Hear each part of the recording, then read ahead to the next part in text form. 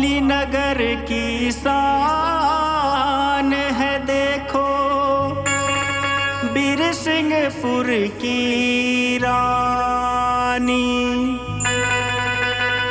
जन जन में विख्यात है मैया, कहते नगर सेठानी।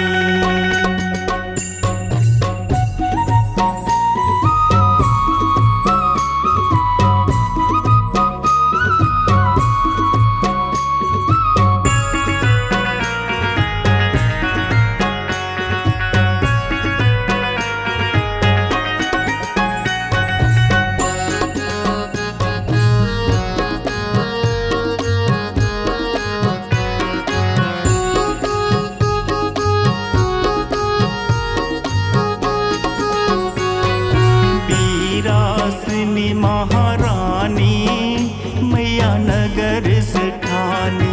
वीरासिनी महारानी मैया नगर सेठानी। नगर सेठानी मैया नगर सेठानी।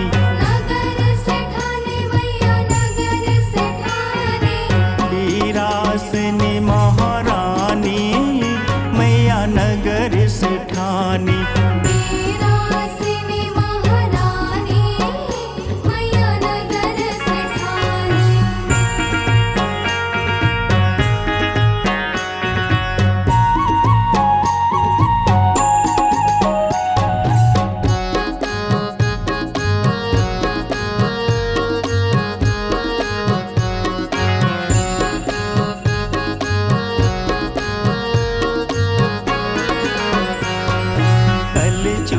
काल की आदि भवानी।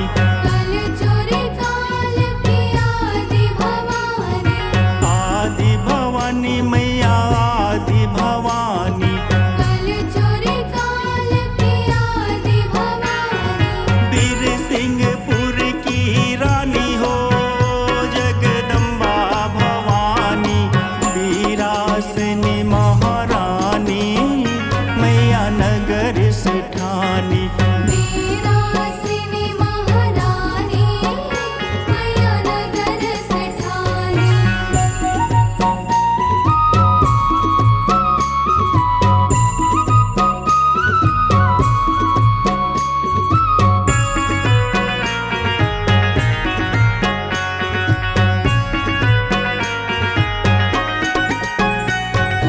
धोकल पंडा के सपन माए। धोकल पंडा के सपन माए। सपन माई मैया सपन माई। धोकल पंडा के सपन माए। दई के सपन मैया आनी हो जगदम्बा भवानी। वीरासिनी महारानी मैया नगर सेठानी। वीरासिनी महारानी मैया नगर सेठानी।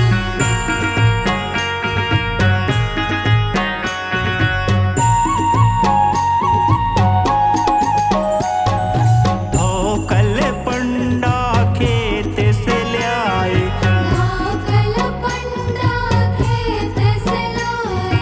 खेत से ल्याए मैया खेत से ल्याए। धोकल पंडा खेत से लाए। बीच नगर बैठानी हो जगदम्बा भवानी। वीरासिनी महारानी मैया नगर सेठानी। वीरासिनी महारानी मैया नगर सेठानी।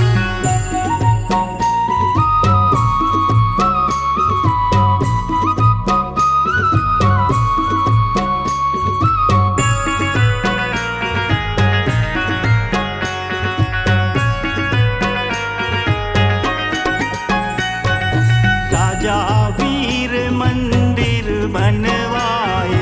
राजा वीर मंदिर बनवाए। मंदिर बनवाए मंदिर बनवाए। राजा वीर मंदिर बनवाए। वीरास